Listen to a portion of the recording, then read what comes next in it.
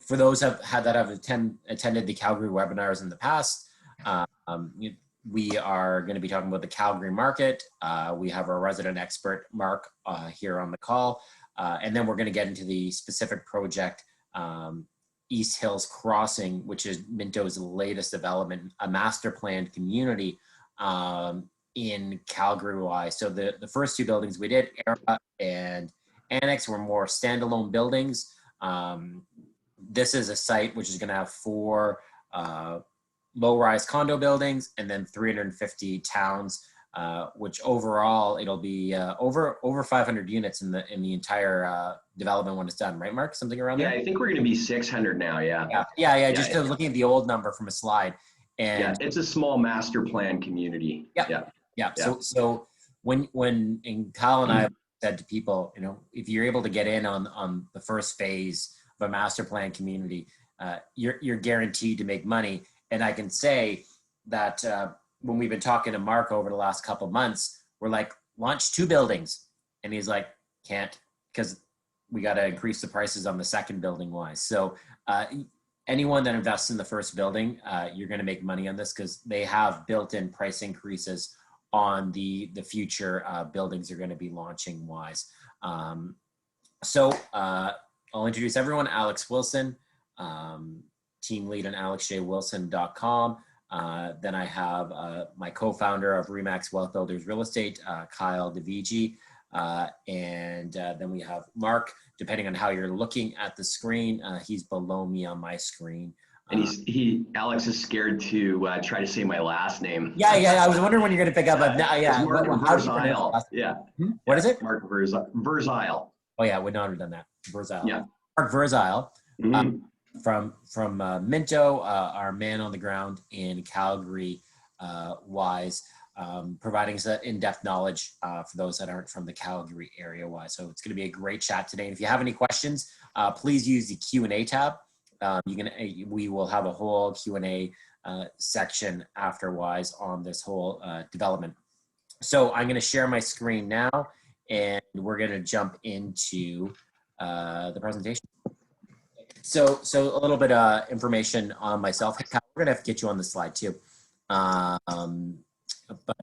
Information on myself: team lead and broker record for Remax Wealth Builders Real Estate. I've been selling real estate in Toronto for over 11 years. Number 1 individual for Remax for transactions in Ontario in 2019. Number 25 individual agent in Canada, and number 80 in the world in 2019. So far for 2020, I think it was number 10 for the most recent stats, right, Kyle? Yep, year to date. Number 10 year to date in Canada, year to date. Inducted in the Remax Hall of Fame, awarded the Remax Lifetime Achievement Award at 35. All that stuff's fine and dandy, but really it's what I'm most proud about is, and what we sell and what we've grown to is providing investment advice and helping people build a profitable real estate portfolio. So when I started my journey and Kyle started his at the same time, and we both bought condos in a development called the Carnaby in Toronto at Queen and Dufferin, which had a deposit of $39,300. And I've so far built that into a portfolio worth $14 million, made up of 14 condos, a High Park triplex, and an apartment building in Hamilton Wise. And why that deposit is relevant is that I can't get you that deposit in Toronto anymore. That deposit is going to be, and when I say Toronto, GTA, is not let alone Toronto, GTA. You're looking at least $100,000 deposit wise to get into the GTA market now. And this is where we really are attracted to the Calgary market, which we're going to get into the reasons why. But you can get in with a low deposit and start building growth and wealth from there with a low amount down. So I always show my portfolio. I like showing transparency wise. So this is my entire portfolio here. And it just shows you how real estate is a long and boring game that pays off. So I look at everything at a 10, 20, and 30 year amortization schedule wise. So if I took my portfolio, which is currently valued at $14 million, and I look at what the value is going to be in 32 years, that's going to be worth $33 million. But the key is, the big key of this $14 million, I've just put deposits on properties wise. Some of them have closed. Some of them are still under construction wise. If I were to sell everything, I don't get $14 million because I have to subtract the mortgages. What's key in 30 years is all the mortgages will be paid off and I will be getting a check for $33 million before tax wise. So that's the key when you look at, when you have real estate, you buy, you hold, you put a tenant in, and then it goes up in value and someone's paying the mortgage to all the costs and you just sit there and you collect the rent checks. It's very, very passive, but the key thing is you can control the asset as well and you have the ability to refinance. So why Calgary? I kind of touched on it at the beginning wise, but there is such value in Calgary, which is what attracted to us investigating the market. Then when you start investigating the market, you find all these great things out about Calgary. So the number one most livable city in North America for 2 consecutive years, the 4th most livable city in the world for sustainability, healthcare, culture, education, and infrastructure, top 5 on the Economist Intelligent Unit's Global Livability Index for 10 consecutive years, located in the foothills of the Canadian Rockies, tons of green space. You may not think of Calgary as a green area, but it is a lifestyle green city-wise. And it's the 2nd lowest cost of living of Canadian cities and the 9th lowest in North America. So why is all that relevant? Well, especially in this COVID world, everyone, and I'm sure, well, maybe not Kyle, maybe Kyle didn't reevaluate his living situation. I know he says he never wants to move again. But you know, when this all happened, my wife and I, we started analyzing what our living situation is. And when you look at now the portability of individuals where they can choose where to live because of remote technologies wise, Calgary is going to be a huge benefactor of this. Number 1 most livable city. Number 2 lowest cost of living in Canada, and the 9th lowest in North America wise. So if you're someone that has the ability to work remotely wise, you can go to a city that has a great outdoor infrastructure wise. You have the Canadian Rockies at your doorstep and your cost of living is significantly lower. This is going to play massively into the future and as people plan where they actually want to live. I agree. Yeah. And yeah. I've had clients at the C level, executive clients wise, that buy real estate from me, and I've had conversations with them, and they've hired people that normally they'd have in Toronto wise, and they've hired people and they're making their base out of Calgary wise. And we're going to talk more about that, especially in the office side as well. Emphasize the nature that comes with Calgary. It's the sunniest city in Canada. The most extensive outdoor pathway. Mark, you were sending emails about that to us yesterday wise. What's that bike path that you were talking about yesterday? You said the Rotary Greenway. Yes, yeah, it's 150 kilometers long. It actually goes right around the whole city, and you can bike all through the city. Like you could start at East Hills and end up at the zoo downtown, or end up on the west side and barely touch a road. Yeah, we're still trying to do that in Toronto. Unsuccessfully. Yeah, it's been like the city's very, very well planned. And it's pretty cool. I've done it myself. I haven't done the 150K yet. I'm not sure if that's going to happen yet, but it's definitely, I know a ton of people that just love to bike and they come home from work and, go for 20 or 30K. Yeah. Ranked the 2nd healthiest for lifestyle wise. So again, Mark talking about the bike path wise, people getting out there, people going and enjoy the outdoors, people are active out there. The Olympics in '88 were in Calgary wise. You have a huge athletic population that makes Calgary their training home out of the old Olympic Village and everything like that. So there's a very healthy focus in the Calgary market and the individuals that live there. Now, if you decide to move here, we're not going to make you exercise. I mean, it's entirely up to you. and then talking about going outside, and I've been to Banff multiple times. Kyle, have you been yet to Banff? Oh, not yet. Definitely a destination I go though. How was the weather last time? I was freezing. We don't need to talk about that. But Banff is absolutely incredible. Banff Springs Hotel, like I've been in nothing like it. You have 5 world-class ski resorts within 2 hours of the city. And I always highlight this when I do the presentation. It is a legitimate 2 hours, not like when you say, oh, I have Muskoka 2 hours from Toronto, but I'd have to leave at 2 a.m. in the morning wise to get there. You don't have a cottage buildup of traffic wise coming out of Calgary to get to the Rockies. Over 200 hiking trails in Banff National Park, and actually an hour and a half drive to Banff wise. And also, Banff National Park is a world-class destination wise. You will see people from all over the world that are going to go visit the Banff wise. And I know my wife and I, a couple Christmases ago, a couple holidays ago, we went there and we said, well, where do we want to go for the holidays wise? And we said, you know what? Banff is world-class. Why don't we stay within our own country wise? And we had a fantastic time. Stayed at the Banff Springs Hotel over the holidays. An amazing show. So you got to realize that that's at your doorstep, and you can go play there whenever you want. So, talking more about Calgary wise, I do get this question. People are like, well, is population growing? The net population growth of Calgary has been 10,000 people per year. And Mark was texting me this morning, so there's been some new stats have come out. Growth projections wise is a 2% population growth in 2021, correct? Actually, they're talking about, going forward over the next 4 to 5 years, they're looking at a 2% population growth per year. Yeah. Oh, 2% per year population growth. Yeah. And actually last year it was in excess of 20,000. Yeah. So we have population growth happening. So that's key for when we're looking at investing in product wise.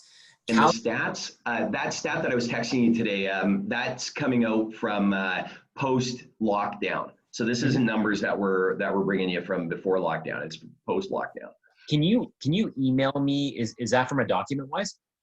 Yeah, I can send you a bunch of stuff. Yeah, it'll blow your socks off actually. Yeah. So we'll when we do our recap email and send that out to everyone, we'll include a link to that document wise, so you can read about the upcoming items that are happening that are positive for Calgary wise.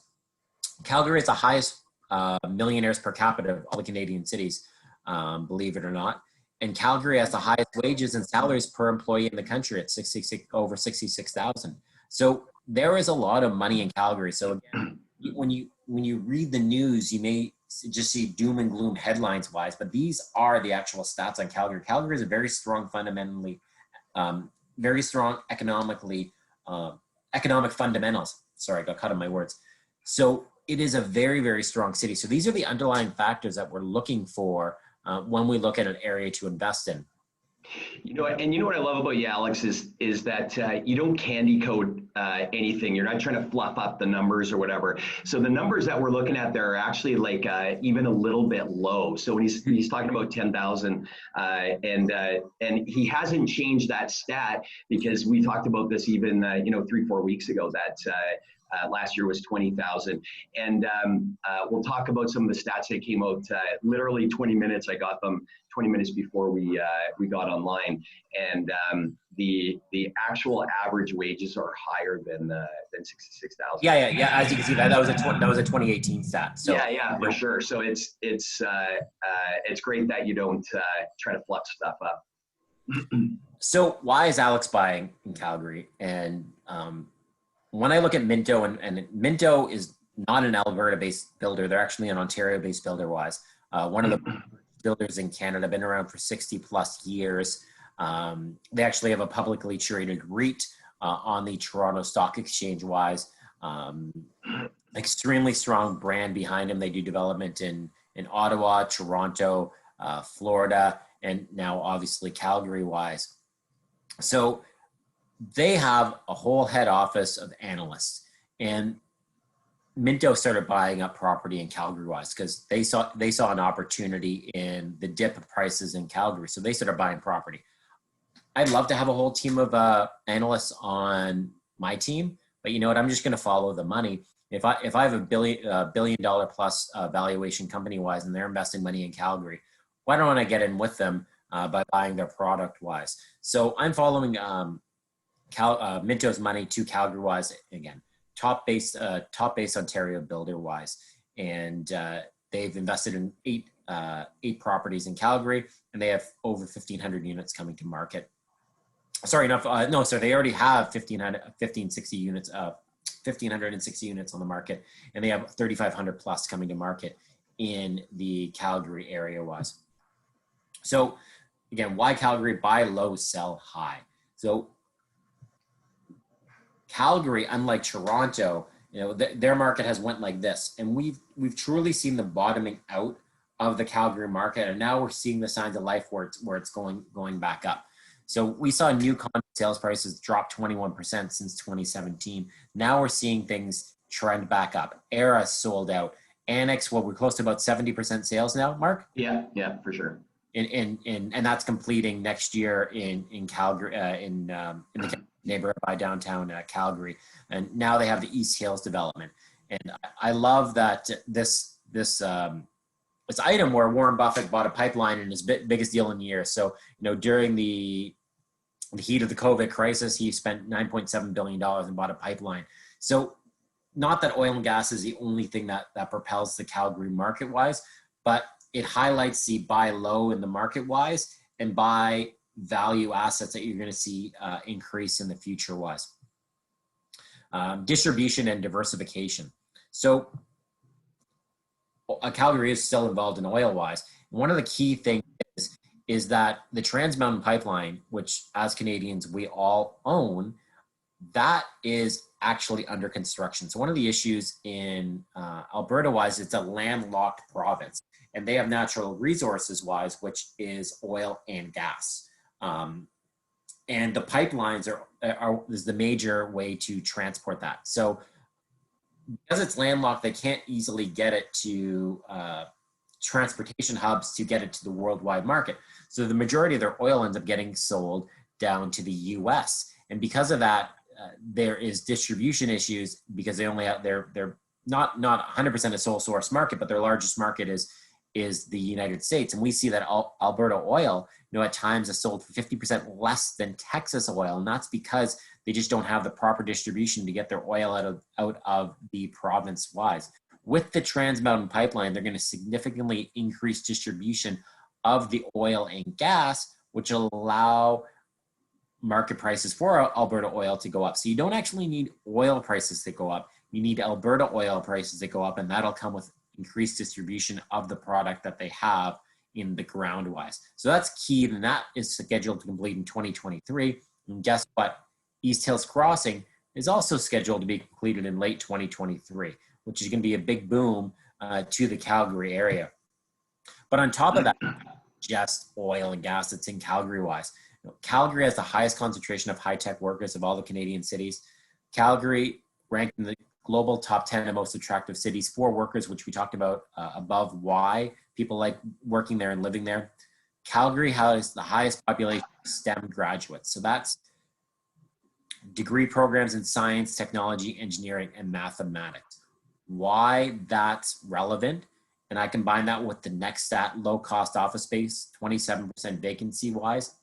And that's on that doesn't mean that offices are just moving out of Calgary. They actually had an overbuild situation that happened in Calgary during the last oil boom wise. So they were left with a lot of office space, and that means that office space costs are going down significantly in Calgary. So we have the highest amount of high-tech skilled workers of all the Canadian cities. And I have the second lowest cost of living in all Canadian cities. I'm the number one most attractive city in North America for living. And my office is extremely low. You are going to see a tech boom coming to Calgary-wise. They have the workers. They have the low cost of living. They have the low cost of doing business, not just on the office space-wise, securing office space, but also a very favorable tax regime. They have already cut their corporate tax rate in Calgary-wise. They're doing a $10 billion stimulus package. I shouldn't say Calgary. In Alberta-wise, they're doing a $10 billion stimulus package to attract businesses to Alberta. As well, there are special funds to promote investment in the tech sector in Calgary-wise. And plus, Calgary, from a time zone perspective, is much closer than Toronto is to Silicon Valley only being an hour Mountain Time versus Pacific Time. We're already seeing tech jobs coming to Calgary, and you're going to see more tech jobs come to Calgary, especially as people transition in this new work-live environment that we're having post-COVID wise. So if I'm a company, I'm a startup, and I'm looking, I could open in Toronto, I can open in Vancouver, but I have such a low cost base in Calgary. Why wouldn't I open up in there? Yeah, and just to expand on that for a second, so we had two issues in 2014, the transition to 2015. So not only did the oil prices drop, but we had a change of guard in the provincial government, and they decided to jump the corporate taxes up. And that was, so it was a double whammy. And so the Alberta advantage was sort of lost there for a few years. And then once again in 2019, change of guard, they decided to bill 3, so literally third bill that came through was to reduce corporate taxes, again to attract business to Calgary, because we've got this massive pile of commercial space that was built in 2014, 2015 for oil and gas that they didn't need. And so the idea was to drop the corporate taxes over the next few years. And then as soon as COVID hit, they said, boom, let's just put it into place right now. So lowest, in 2014 or 13, we were the lowest tax base in 60 states and provinces in North America. And so then for 4 years, we didn't have that, but now we have that back again. And it's funny because I'm talking to people just recently in the tech industry, and they're like, yeah, it's happening. We've already seen changes in the last 3 to 4 months. Companies coming to Calgary. One just moved from Vancouver, can't name the company yet, but apparently they were talking to other tech companies in Vancouver, and they can't believe the rates they're getting. And the whole situation. And of course, we have the youngest, which you're going to talk about, employment or the youngest age demographic in the entire country. So there's a workforce just sitting there waiting to work. And Cal, you want to add something, right? Yeah, we're already starting to see the effect of all of these initiatives where there's actually companies set up specifically to help relocate tech workers into Calgary from the United States. They can still stay on the same time zone, still working for the same companies, but just actually locating into Canada in this low-cost environment. And we're seeing that happening today.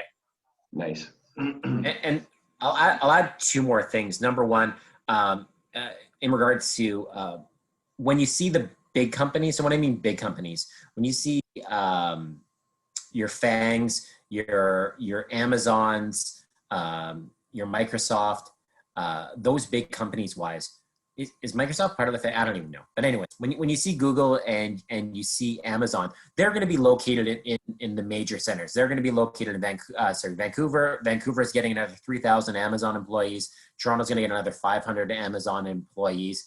There is actually a local issue with that, because what that does is it creates a higher demand and competitive aspect for the actual workers that are working for these companies. Why?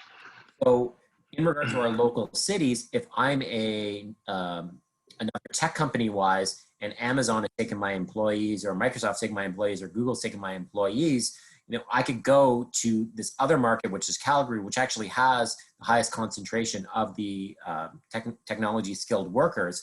And I can go there and open shop, and I'm not competing against these large companies for the actual employees wise, because they're not located based out of here. So that's number one. Number two, if you want to look at another similar market in a similar state, though it's America, Austin, Texas. So I predict that you'll see Calgary be the Austin, Texas of the Northwise.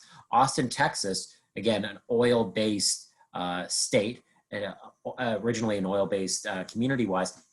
Austin, Texas has translated now to a very high-tech community-wise. I expect you'll see something very similar happening in the Calgary market.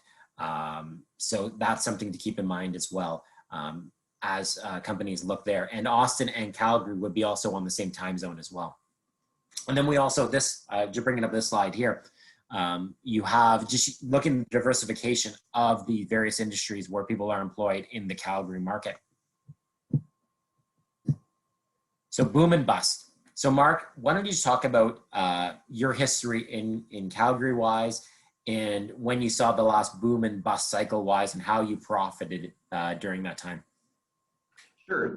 So 2007, of course, 2008, the whole world economy and especially North America was absolutely on fire.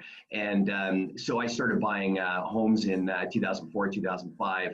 And flipping them in 2006, 2007, and stuff was under construction.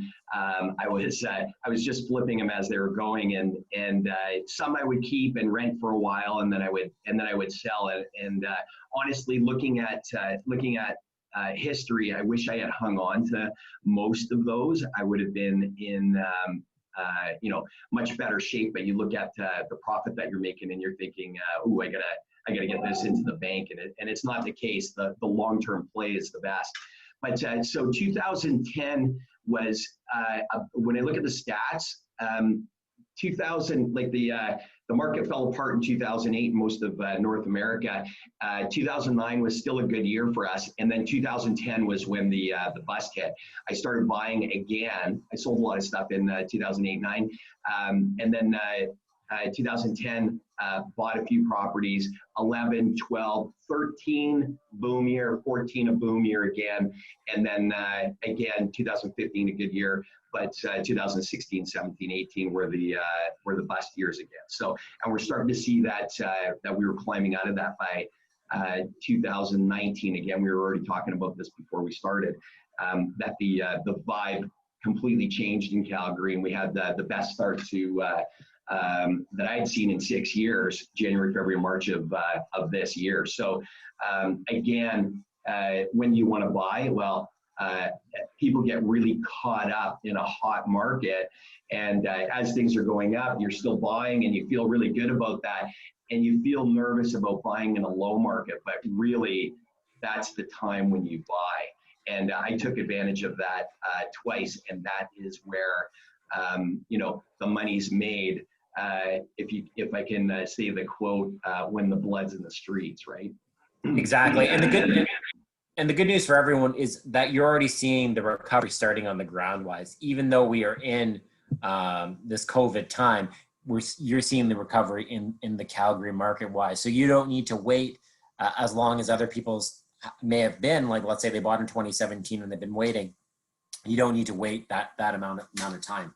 So this and to that point, probably a good time before we jump into East Hills, if you want me to just give you a few stats that just came out. Yeah. You're texting me out. Yeah, go for it. Yeah, you bet. So this is raw data. I haven't had time to go through it, and because literally I got it 20 minutes before we got online here. And so Minto, of course, has companies that they work with to supply them to supply data and to dig deep and find out what's happening. So here's the first, and I'm just going to read it to you. So Alberta to lead national growth through 2024. That was from the Conference Board of Canada post-lockdown. GDP, you're going to love this. GDP in 2021 is to be plus 6%.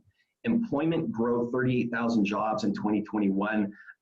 Unemployment trending down. Population steady growth over the next 4 or 5 years of 2% per annum. And just a couple more. High propensity to rent. We have, and sorry for all the stats, but 24% young professionals. And this is a little bit more for the east side and the area that East Hills is going to be in. 24% young professionals, 20 to 34 years old. 47% of the adult population there are single. 37% of the households currently rent. And medium household income, get this, $75,500. And so this is particular to this quadrant or this demographic for that area.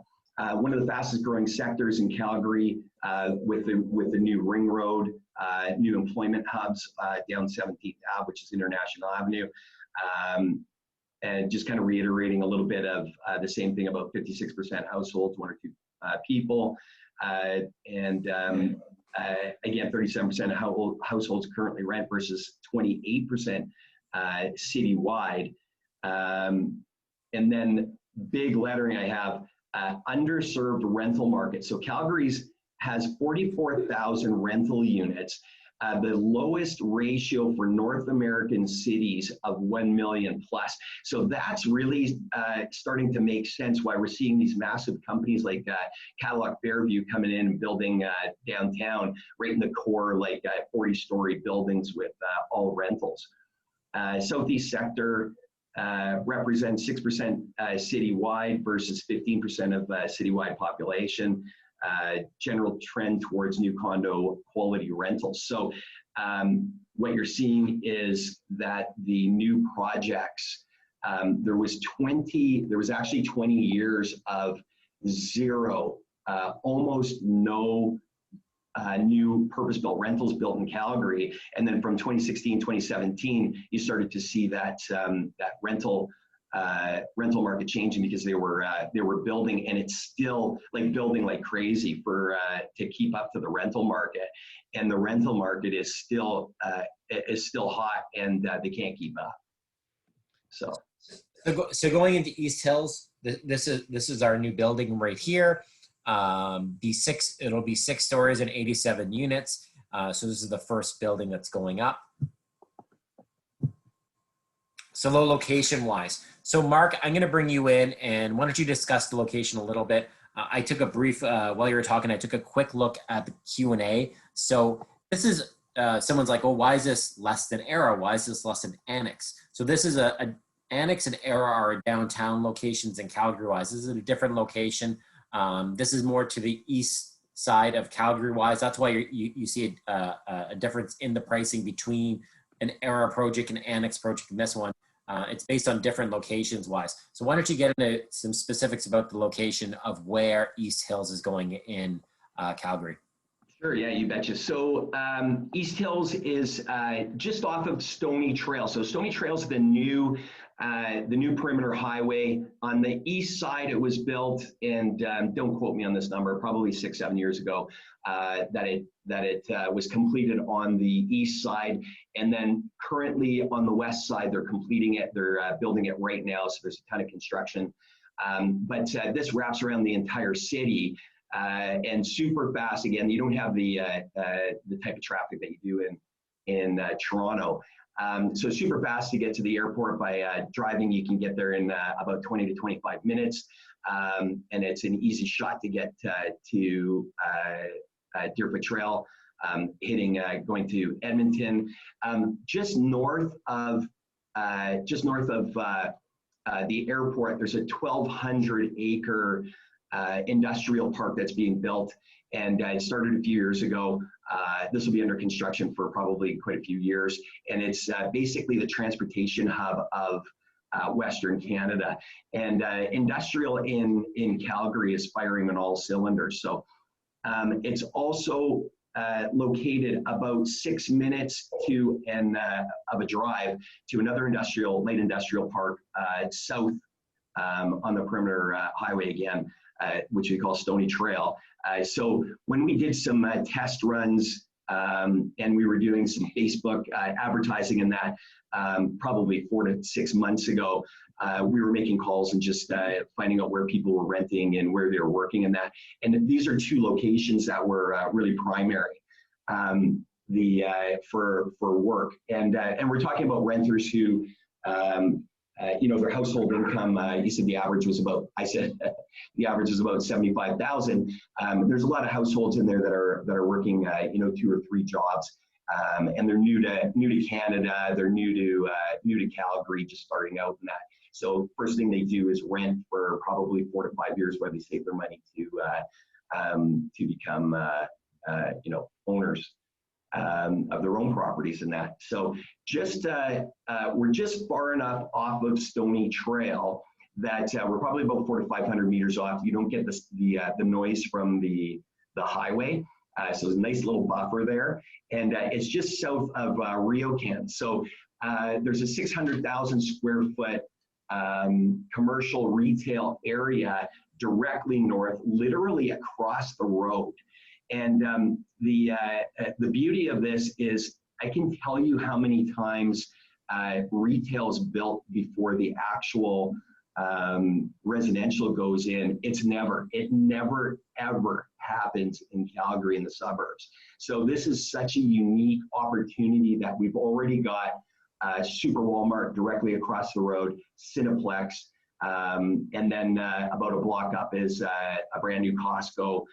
They just put the Costco gas station in, and et cetera, et cetera. So Michael's, you know, your Booster Juice, A&W's, all those little retail shops and that are going in there, and it's growing. So what a great site. So we're the first ones in, and just to expand on that a little bit, this area was annexed.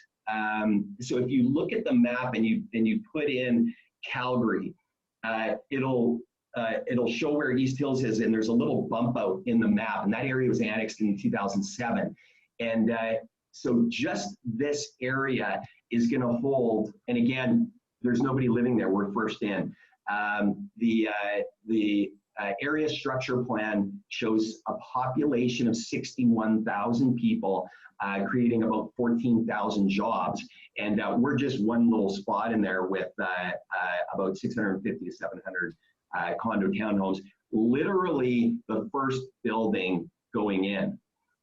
One more thing, just east of us is what used to be a very small town called Chestermere. So it's Lake Chestermere. Originally started in 50s and 60s. People just had little cottages on the lake in there, and now it's turned into, well, the population's now, I think in 97 I was selling houses there, which tells you how long I've been around in the Calgary market. And it was a population of around 3,500, and today it's 21,000. So 27% increase in population per year since then.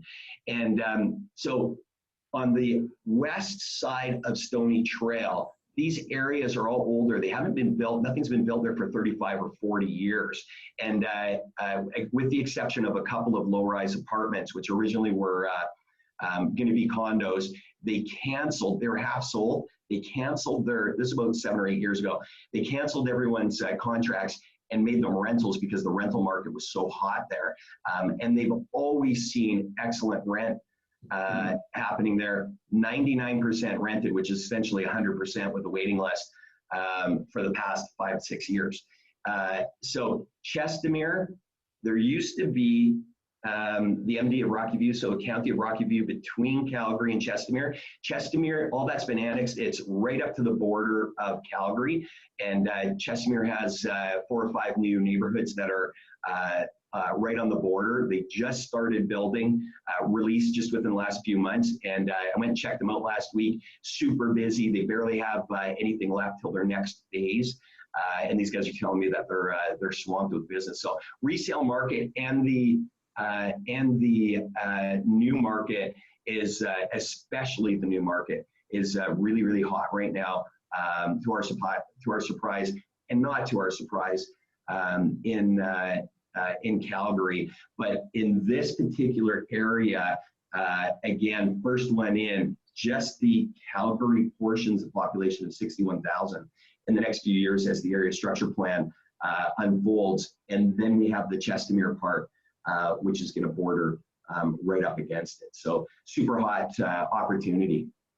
And I'm going to add as well, this is very close to the airport wise, and the reason I know that, when my wife and I went to visit Banff, and we were there New Year's Day, and we're staying at the hotel, which is close to the airport wise, and we're like, what do we do today? And we're like, oh, let's go catch a movie. And I saw Aquaman at the Cineplex theater wise, and we went there because that was the closest one to the airport wise. So very, very close to the airport, this location wise. So again, it'll be very good for that future value wise. The people that are looking to move to this area, close to the industrial parks, people that need to be close to the airport for travel wise, very, very important things in the future. And as you said, you're the first one in, being you have a master plan community of 500 people, but in regard to the overall general area, it's zoned for 61,000 households. So another point I wanted to add, 10 kilometers from downtown, And again, busing in that it never ever comes first. Residential first, then a few years later you get transportation in.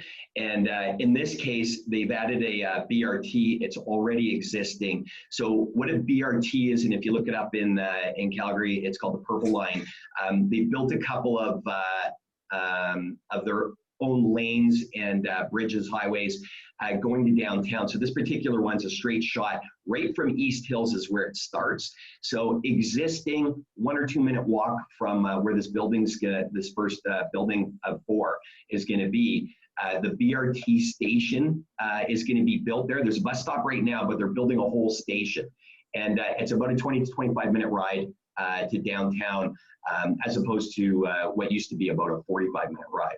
So, and yeah, and that's where I want to highlight the area amenities. So you have the transit connectivity there. You can get to downtown Calgary. Highway connectivity, you're right off the new major thoroughfare. So that gets you around the city of Calgary wise. It's an area master plan, 4 condo buildings and 30 townhomes. It's going to be over 600 units going into that area. And again, as Mark mentioned, the first of nearly 61,000 going to the area. So you're the very first person that's going to be in a brand new neighborhood that's being created in Calgary. The area amenities are already there. Again, across the street, Walmart Superstore, Costco, Cineplex, and then all your additional retail amenities that are in the RioCan Center right across the street. And then the strong rental strength as well. And Mark and I have talked about this a number of times. Just personally wise, when he talks about these other rental buildings that are already there that are never empty wise. So there is huge demand for rental in this specific location. And then overall, Calgary has a very strong rental market. It's not suffering from the same issues that the Toronto market is suffering.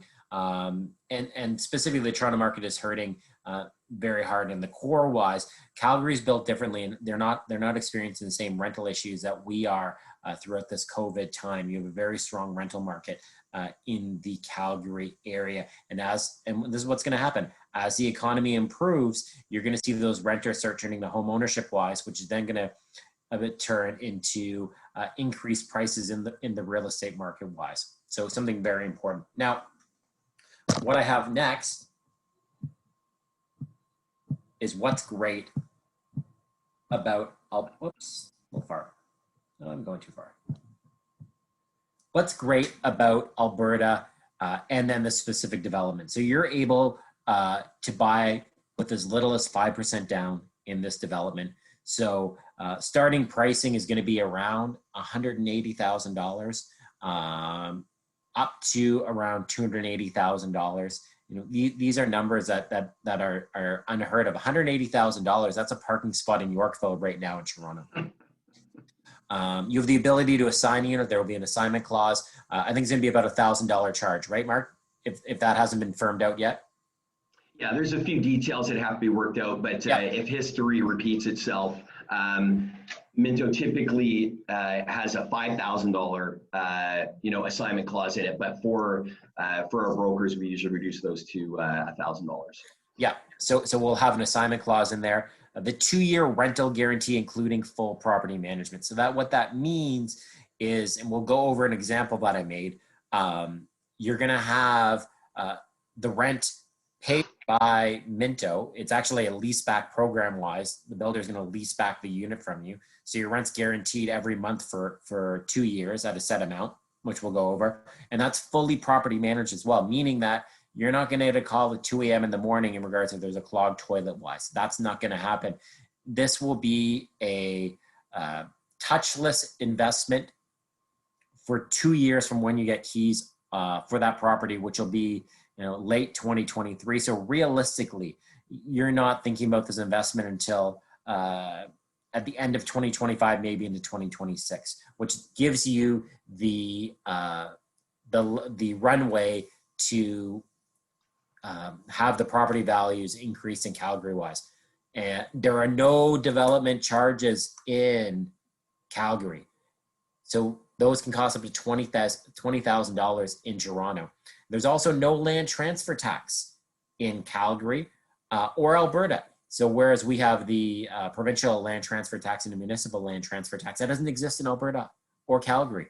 So, and I have an example again that I'm going to show you the cost savings on these development side. And there is no HST in Alberta; they only have GST. So, in regards to that large HST rebate that you have to pay on closing wise in Toronto, you don't have to pay that here either. So, huge benefits wise in regards to just builder, what they're offering, 5% down, and the ability to sign a 2-year rental guarantee, than just the whole nature of investment in Alberta. Yeah, I think when your closing costs might be $2,000, and I might be high on that. So what I've done here, I did a lease back example because we get a lot of questions like, well, what guarantee? It really is a lease back. And I did a 1+ dem price. The pricing has not been finalized yet for the project wise. When we expecting that next week, Mark? Yes. Yeah. So that'll be out next week. Everyone on this will get the floor plans. We'll get the pricing for the units wise. 100%. But this is just a rough example that I did 230,000. Again, starting prices is going to be around the 180 mark. That'll get you a small 1-bedroom. So I did something in the middle to keep it safe, $230,000.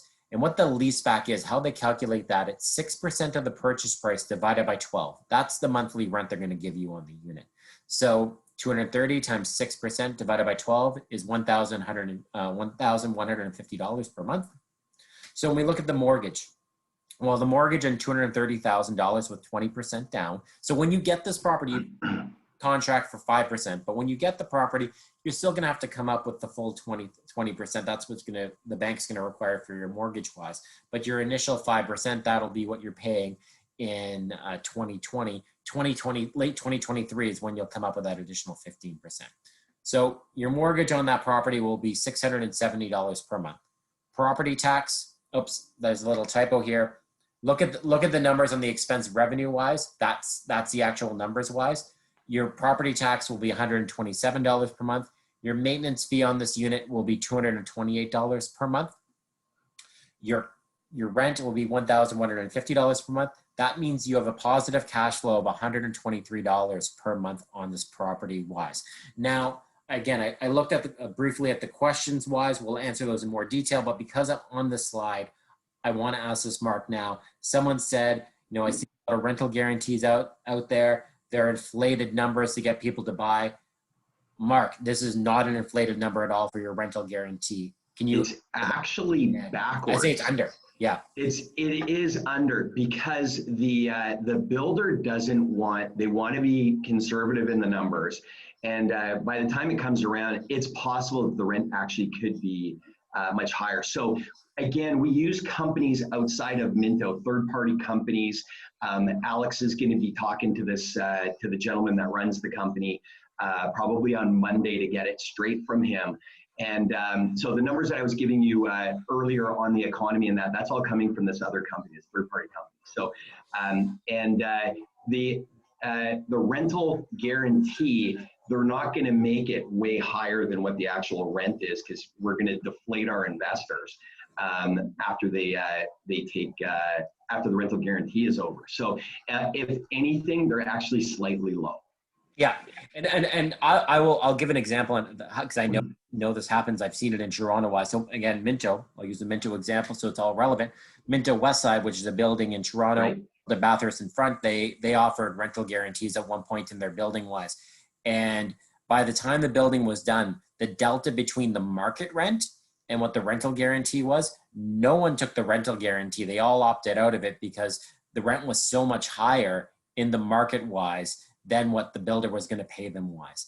And the builder doesn't want the rental guarantees. They're offering this as an incentive wise because predominantly it's going to be Ontario based investors in there. We're not going to be on the ground there. So it's something attractive. If we have a rental guarantee, it makes us confident to invest in the project wise. But these aren't rental guarantees that are inflated to provide a fake positive cash flow, let's call it. These are actually legitimate cash flow numbers wise in the Calgary market. So I just wanted to clarify that. That was a great question that Sally had asked here. I thought it was an incredible question. This isn't the case in this market wise. It's not an inflated rental guarantee by any means. But what I do like about it, it does include the property management which again, it really makes it a touchless investment wise. And you know what, Minto's got their name at stake as well.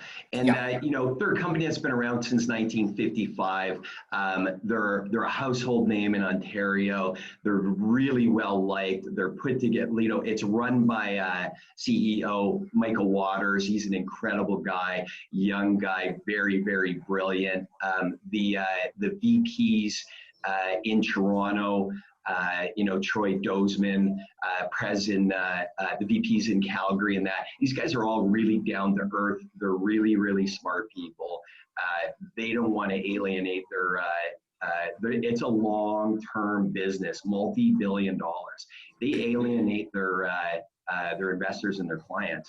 What have you got? Nothing. Yeah, and their business. They play the long game in the business wise. I love that you brought that up, and because I have conversations with these executives, you know, they say, yeah, we leave money on the table. We could charge more, but if our investors don't have a successful experience, they're not going to come back. So that they're never the most expensive product on the market, even though they could be, because their product is top notch and their customer service is top notch.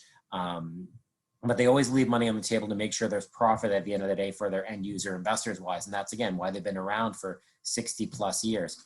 So clarifying for, or I gave an example here for our Ontario-based people wise, so we can just understand Toronto versus Calgary. You know, there was recently a development in downtown Toronto, 28 Eastern, very, very successful wise. I wanted to compare what the costs were in Toronto versus Calgary wise. So when I look at Toronto, I have my municipal land transfer tax, which on this unit, which was set nearly $750,000, $750,000. My land transfer tax on the Ontario side would be roughly $12,000. On the Toronto side, again, another $12,000. So I'm at $24,000 just in land transfer tax alone. Then I have my other development charges on top of that. In total, my closing costs before legal fees and HST rebate are nearly $46,000. That number in Calgary is zero. There is none of these charges in Calgary from a closing perspective. From a price perspective, Toronto is 237% higher for a similar type product wise. And my maintenance fees in Toronto are 53% higher. These are massive, massive numbers. And it's not that I'm saying Toronto's bad. You just have to compare the opportunity that Calgary has from a growth perspective. Toronto is always going to be Toronto. It's downtown. It's blue chip. It's great. But there is so much room to grow in the Calgary market wise. And when we look at it in regard to our local market versus that market, that's where we really see opportunity. And I've been talking, well, when we started Era was what, November? Yeah, it was November 2019. So I've been talking about this for nearly a year now. And that's why my eyes have opened up in regards to the true opportunity that Calgary has to offer. So in Alberta policy, pro-investment, no rent controls. There are no rent controls in Alberta, guys. No rent controls in Alberta. Kyle and I have a full investment strategy to take advantage of the downturn in the downtown Toronto condo market. And it's all based on how to maneuver around the rent control wise. It's I don't want to say it's complicated, but it's a lot of work, and there are a lot of idiosyncrasies with it. You know, you don't have to worry about that here. There's no rent control. So foreign to me. Yeah. So let's go back to when we're at the end of 2020. Your rental guarantee's done. People have asked me, well, what do I deal with the tenant? I'm like, you increase the rent if there's a big difference in the delta between what the tenant's paying and what the market is. You just increase the rent. It's that easy. It's not that easy in Toronto wise or Ontario. There are a lot of different stipulations. You just increase the rent there. There is no foreign buyer tax. No foreign buyer tax. There will never be a foreign buyer tax in Alberta wise. Never be a foreign buyer tax in Alberta.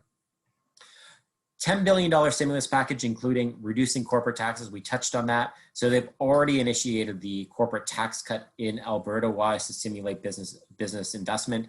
No land transfer tax, no provincial sales tax, no development charges. So it is an incredibly attractive area to invest in. So we're going to open up the question and answer period now. These are just the next steps, but again, you're going to get an email wise in regards to how to participate in the project, how to complete a suite reservation form. That'll be in the email wise, but the questions are lining up. So I'm going to get right in there and get to the questions. Already 13 waiting for us. So Cedric wise, rental guarantee question. How is the rental guarantee calculated? What can one expect per square foot for rental guarantee? So I think I covered that in the example, but it's 6% of the purchase price divided by 12. So whatever your purchase price is on the unit before GST, you times that by 6, you divide it by 12, that'll give you the rental amount. And again, I'm gonna have a full calculation that'll, once I have the pricing, in regards to what the rental guarantees will be for the units wise. So people can see the math, they can see that what the cash flow will be on the units wise when they get that. That calculation will go to everyone wise. What is the deposit schedule leading to the closing of a unit? At what point is mortgage approval required? So great question. So for the 5% down, to qualify for that, you need to do one of two things. One, you can get a mortgage approval with the 5% down. Number two, there is a program through a insurer that you could do. Or three, you can just put 10% down and there is no mortgage pre-approval required. So those are the three options there. So it's likely that 10%, I don't know what the dates are yet. We'll get back to you on that, but that 10% will break it down into a couple of payments. Yeah. Over time. Yeah. Yeah. So that's basically how it works on the 5% down with a mortgage pre-approval, or through the insurance bond company. So to qualify with the 5% down with the insurance company, as long as you own another property, you'll qualify for the 5% down through the insurance plan, or it's just a straight up 10% down. And you can avoid those two items if you choose. We will work through everyone to help them through the first two options so that they can get the 5% down. But again, if they don't even want to just deal with those, they could just put 10% down and there's no questions asked. Yeah, it's very straightforward, and we help many of our investors on our last projects do that. Yeah. How's condo investment compared to multi-unit income property? Love that question. Sorry, Stacy, I was calling you Sally earlier, Stacy wise. But Stacy, I own multi-unit income properties. Here's the big difference was multi-unit income properties require more work. They're going to be more hands-on. You don't have a building manager for the property wise. Maybe you are hiring an outside company. You're dealing with all the maintenance of the property, all the issues that come up with the property wise. You can 100% make good money with multi-income properties wise. There's just more work with the multi-income property. Condos, for me, are the most passive form of real estate investment, unless I'm investing in a REIT-wise, a real estate investment trust. But the problem with a real estate investment trust is I can't leverage my real estate investment trust. I can't leverage a stock. I can leverage real estate-wise. And that's the beauty, and that's how you make money over the long term, through leverage and real estate-wise. What a great point. So the condos are a concrete box in the sky. That's all it is. So in regards to what can go wrong in a condo, it's very, very limited. Kyle, I'll go to you with your tenant in the Carnaby wise. How many times have you heard from her, other than recently she said she's moving into a larger unit, in regards to issues with the unit? Did she ever email issue? No, definitely not. There's only one time, and it ended up being an issue with the building that property management ended up taking care of. So you've gotten one email, and what you got that unit in, when did we get that unit? Over 4 years ago now. 2016. So 4 years ago, he's gotten one email, and he was able to go, oh, it's a building issue, and the building manager handled it. Multi-unit property, I don't have that luxury. And for condos as well, they're very easy to manage remotely. Whereas for a multi-unit income property, you're likely going to have to go to the property or have someone go there at some point. Yeah. Okay. Here, I missed it. Stacey, I missed this question. What's the fundamental change that the market is picking up again after many, many years of low? Mark, you want to handle that? It's just, I would say, repeat the question. Economy wise, but you go. Sorry, repeat the question, Alex. Just Stacy's wondering. So the market's been so crap in Calgary. Why is it picking up now? And a great question. So I think there's been a lot of pent up demand. By 2017, 2018, stress tests came in, a little bit, tough economic times, and there was a lot of news. Negative news about like canceling pipelines, canceling the Trans Mountain. Everybody just said stop, like we're not doing anything. And it was probably the lowest point of the migration. 2016 was the one time that I've seen negative migration in Calgary I've been here since 1995. And so 2019, there was a different feel to the market. And, just like anything, once things start to gain a little bit of momentum, then other people start to get on board, and then they feel okay. Consumer confidence goes up. So the consumer confidence by the end of 2019, beginning of 2020, was much higher than it was in the previous years. So, and another thing people don't understand, is that oil and gas was, more than 40% of the GDP, maybe 50% in the 1980s. And when there was oil issues, like drop in oil price and revenue in the 1980s, instantly the real estate prices dropped. Where we didn't have that, it was more of a gradual thing this time over several years, and a complete change. When you look at the stats, and this is why we're giving you employment stats as well as how much the average person is earning, it actually blows your mind that that you can buy for as little as you can here, and what the average wage is, which is the highest in Canada. So I think it just Calgarians really just had to come to terms with the economy and the stress test. And then we got the new pipeline in. We got a new one for the LNG. Keystone Pipeline, the provincial government just put $1 billion into it 6 months ago. That one's likely a go. You've got lots of good news items that are happening, and the consumer confidence is just increasing all the time. So once you see stats on tech coming to Calgary, and there's a huge push on for that, I think it's just going to gain momentum, and then you end up having that perfect storm at some point. But if you look at the history of Calgary, it goes like this constantly. It's always an incline, but there's dips in between, and then it goes up, dips, and then it goes up. And if you're looking at some of Alex's investors and some of our other brokers, these guys are individuals that it's not their first day. They've been doing this for quite a few years. And look at Cadillac Fairview. And I was speaking with the management, one of the managers with one of the top execs at major construction company PCL here in Calgary, and he was saying they have $1.2 billion to build. That's what's on their books right now over the next few years, and a lot of that is rental properties, and it won't satisfy the rental demand here. So hopefully that answers your question. Yeah. So. I previewed the rest of the questions. I'll go pretty quickly for everyone on here.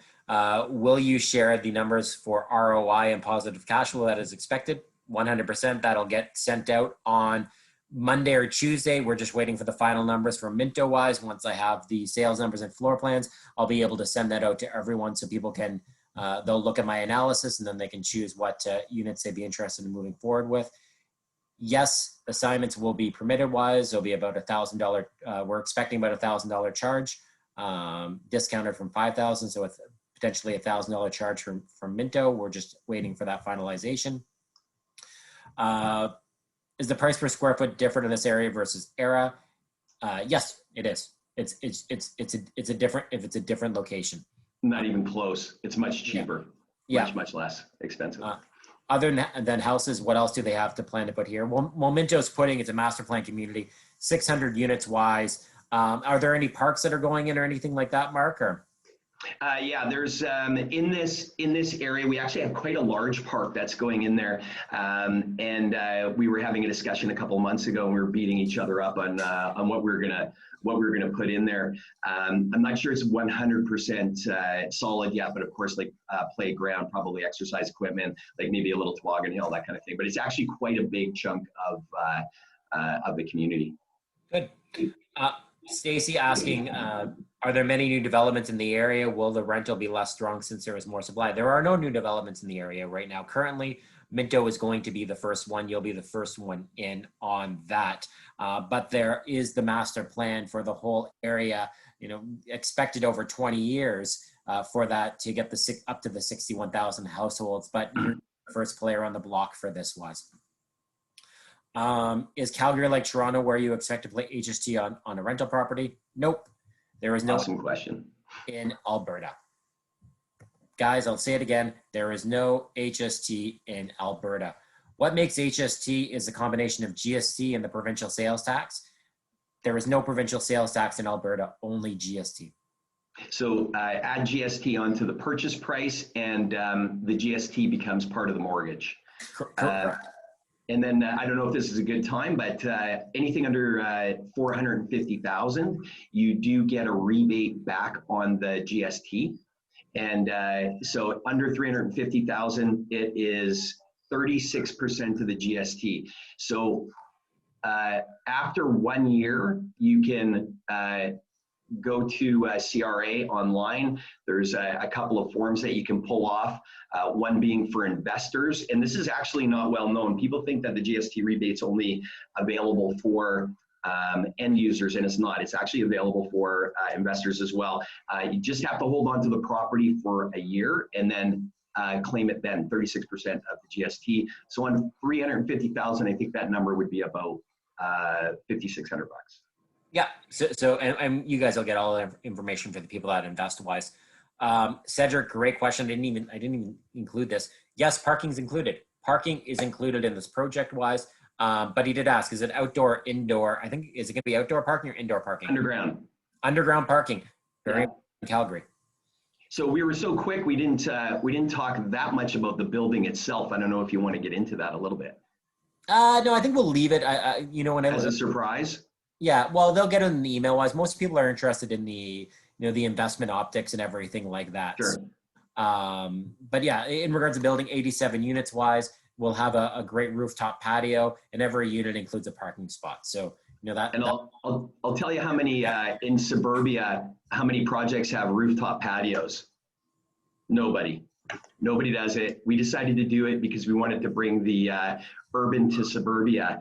And with the look of the building with that nice rooftop, because there's like amazing mountain views from there. So it's weird because the mountains are on the west side, this one's on the east side, and we have mountain views, but it's just the perspective, like being so far away. I sent you a video there probably about 2 months ago, yeah. Standing in a dirt pile and just filming, and there's really, really good mountain views over there. So I just have a valuation question. What I expect the value to be in 3 years, but I'll send that out in the email. But I want to use this question to highlight something else. So if you're putting 5% down on one of these units, I'm just going to use $10,000 because I just want to do really easy math right now. If I'm putting $10,000 on one of these units, if the property goes up $10,000, I've doubled my investment. If the property goes up to $20,000, I've doubled my investment. Remember, my investment is only $10,000, only 5% down. So you actually don't need much movement of the price to do incredibly well on your investment. So you got to look at what the actual capital outlay is and what the bump is on the purchase price wise. Now I'm going to give you the full projections in regards to valuations, everything. And when we base it on just the 5% down growth, you're going to see like, wow, it doesn't need to move a lot for me to double, triple, quadruple my investment wise. So that'll be included on those projections when I email that to everyone. Can you send us info on what the rental market is, rental price per square foot in the area, what actual rent people are paying wise? Well, it's going to be 5 years, 6 years, really 6 years from now in regards to what the rental market will be there. So in regards to what the rental market is now and what it'll be in 6 years with the rental guarantee, it doesn't really matter, but I can tell you what the rental numbers they're projecting now in regards to the rental guarantee are very similar to what you're getting today. But in the future, those rental numbers will be higher wise. That a good answer, Mark? Yeah, fantastic. As rental unit price cannot go up if other units are lower rent. I'm not quite sure what you mean by that question wise. Everything's market based wise. So again, I get these questions. I actually get a little frustrated with these rental questions wise. The building's not the building's being built. You have 3 years. Then you have a 2-year rental guarantee. Where we are in the time frame wise and when the building's scheduled to be done, we are looking 5 to 6 years from now, what the rental will be 5 to 6 years from now, which will be higher at that point. So even when you look at the rental numbers, the rental guarantee numbers now, what the rents are today, it's completely irrelevant because of where we're going to be in 5 to 6 years from now. So rent right now is cheap. Sorry, not right now. Rent is in low rental products is in low supply in Calgary, and as Mark said, they are the most undersupplied rental market in all of North America. Isn't that incredible? It's unbelievable. Undersupplied. So that's what you have to focus in on. If price is so cheap, why people rent instead of buy in Calgary? Because they've just been through a downturn. It's the same thing. Why didn't people buy in Toronto in 2008, in 2009, 2010? It's because they've been in a downturn, and now people are waking up to things. We're seeing record low interest rates. This is why people are starting to get back into the market wise. But they've been renting because they've been through a downturn. So every person was worried, well, what if my property's worth less next year? What if my property's worth less next year? So they focusing on the downhill portion. They haven't been looking at the uphill portion. We get the benefit of living all the way in Ontario and going, wow, this looks like a great opportunity. But when you're living in it, it's very difficult to get out from under that rain cloud from a mental perspective wise. And if I can expand on that a little bit, so you have to understand, Canada's a growing population, Calgary's a growing population, and you heard the stats that we were talking about earlier. In Calgary, downtown suburbia, it doesn't matter. There's rentals work everywhere. And the rental market, when you have a growing population, you have a heavy migration to a city. What's the first thing you do? If I was moving to Toronto, I'm not buying immediately. I'm probably going to rent for about a year or more. And in my case, I'd probably rent for a year while I'm looking for the right area to live in. And that's exactly what happens. So people come from Vancouver, they immigrate into the country and they come to the city.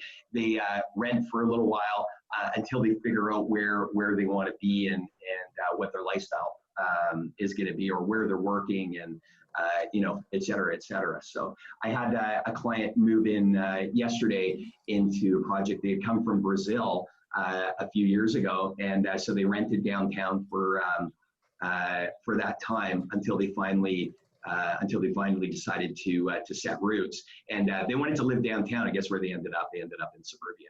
So. Lockers included? Question mark. Are there lockers? So lockers are not supposed to be included. When we do a public offering, they won't be. But yes, they are for this event. Okay, great. So there'll be a locker included. Wow. Okay, yes. Good. Yeah. So underground parking and lockers included. Amazing. Yeah. Here, when I dismissed about what people don't care about the building wise, what other amenities in the building? So there's rooftop terrace. Yeah, so we got a really nice rooftop patio. You're gonna love the renderings when we get those out to Alex. In building, I'm gonna say building 3, I believe there's a gym that's going in, and there's a little bit of retail. But again, we're not putting a lot of amenities in because the rooftop patio makes sense. Having a whole bunch of amenities in there doesn't make sense when you can walk across the road and you have access to everything.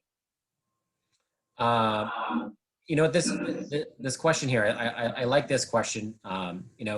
Someone asked, COVID affecting their Calgary sales pricing and days on market. My downtown Toronto land development condo has seen the average one bedroom price drop of 55,000 since May, with multiple listings 30 plus days.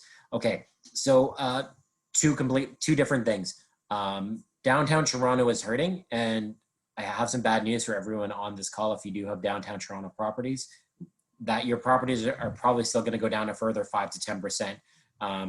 Q4 into Q1, you guys will get that email because Cal and I are working on a big piece on that. So downtown Toronto condo pricing is going down. It's going to go down 5 to 10%. Why is that happening? No one has a reason to be downtown right now. Office buildings are closed. You have international students are down to a trickle. You have immigration, which has been severely impacted because of COVID-19. This has all impacted the downtown Toronto market. If you actually look at other markets in the GTA, they're actually going up.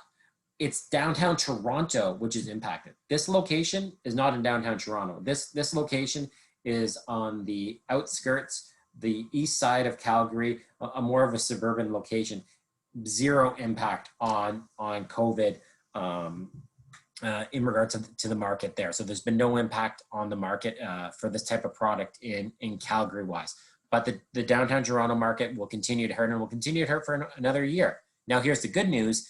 Expect a quick rebound after a year's time once borders open back up, office buildings open up, and people start piling back in the downtown. So I'm not worried about the health of the Toronto condo market, but if you're looking at it today and looking at it in the next 365 days, yeah, it's going to hurt. But again, real estate's a long game. You got to look over 30 years. This right now is one of those times when you don't want to sell.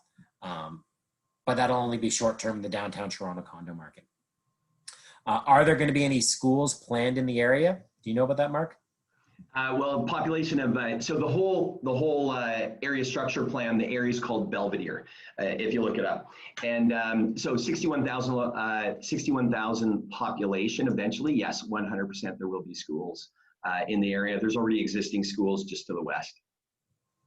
And after posted 2 years of rental income, are we able to sell the condo unit, or can we extend renting it and sell? And when the real estate value goes up in order to make a decent profit. So I guess what I'll answer here is you can sell it at any time. There will actually be opt out, maybe after a year, you don't want it in the rental guarantee, you can opt out of the rental guarantee. There's nothing that's holding you back from selling the unit wise. You own it, you can sell it wise. Let's say after the end of the 2-year rental guarantee is up, can you sell it? Yes, you can sell it. So the whole thing is about timing when you want to sell it to maximize the profit opportunity for you. And I can tell you from the amount of units that I've sold in Calgary, I've invested in Calgary myself wise. I'm going to be buying this project personally wise. You will have good advice from me or reach out to me if you have this Calgary asset in regards to when I say, yeah, maybe it's a good time to sell wise. But it's all about planning everything out for when you want to buy, when you want to hold, and everything like that. So I hope that answers that question there. And then I have one last question I'll answer from Stacy Wise. So do you think it's better to invest in downtown Toronto since it has much more potential? The same product in downtown Toronto, you're going to have to come up with a deposit of at least $120,000, $130,000. The price will be much more expensive. Your closing costs will be much more expensive. Your price point is going to be $750,000 versus $230,000. Your initial outlay is $10,000. It's different. You're putting $10,000. You're putting $12,000. You're putting $9,000 down on one of these properties. You put $30,000 downtown Toronto. I'm not saying don't buy in downtown Toronto. I'm saying you can do both. If you have the capital, but if you don't have the capital to invest in downtown Toronto, this is an incredible opportunity for you to diversify your portfolio wise. My joke, and it may may be taken wrong, but literally I say people can shake their couch cushions and come up with a deposit for this project if they're from the GTA and are used to investing in the GTA. So that's really my rationale. It's 10,000. It's so low. I can't say anymore. Cal, do you want to add anything on that? No, I think you got it. Yeah. So this has been recorded. This will get sent out to everyone. Hopefully, will we be out today or tomorrow, Kyle? Do you think? Probably today. Okay, yeah. So hopefully we'll get this out to you today, and then next week we'll have pricing and floor plans for everyone, and we'll be available for calls if anyone has any questions on this project. But really excited about it and bring this opportunity to you. And Mark, thank you so much for taking the time to speak with us today. Yeah, thanks for having me on. It's been great. And again, we just want everyone to prosper in investing in real estate wise. And that's really the benefit that we see in this opportunity to recreate what Kyle and I did in 2012 with such a low down payment. And then a number of years later, being able to refinance $140,000 out of that property and then grow our portfolios to what they are today. That's what we see the opportunity in. So that's what you guys need to focus in on. Okay. Thank you so much. And we'll talk to everyone again soon. Okay. Bye-bye.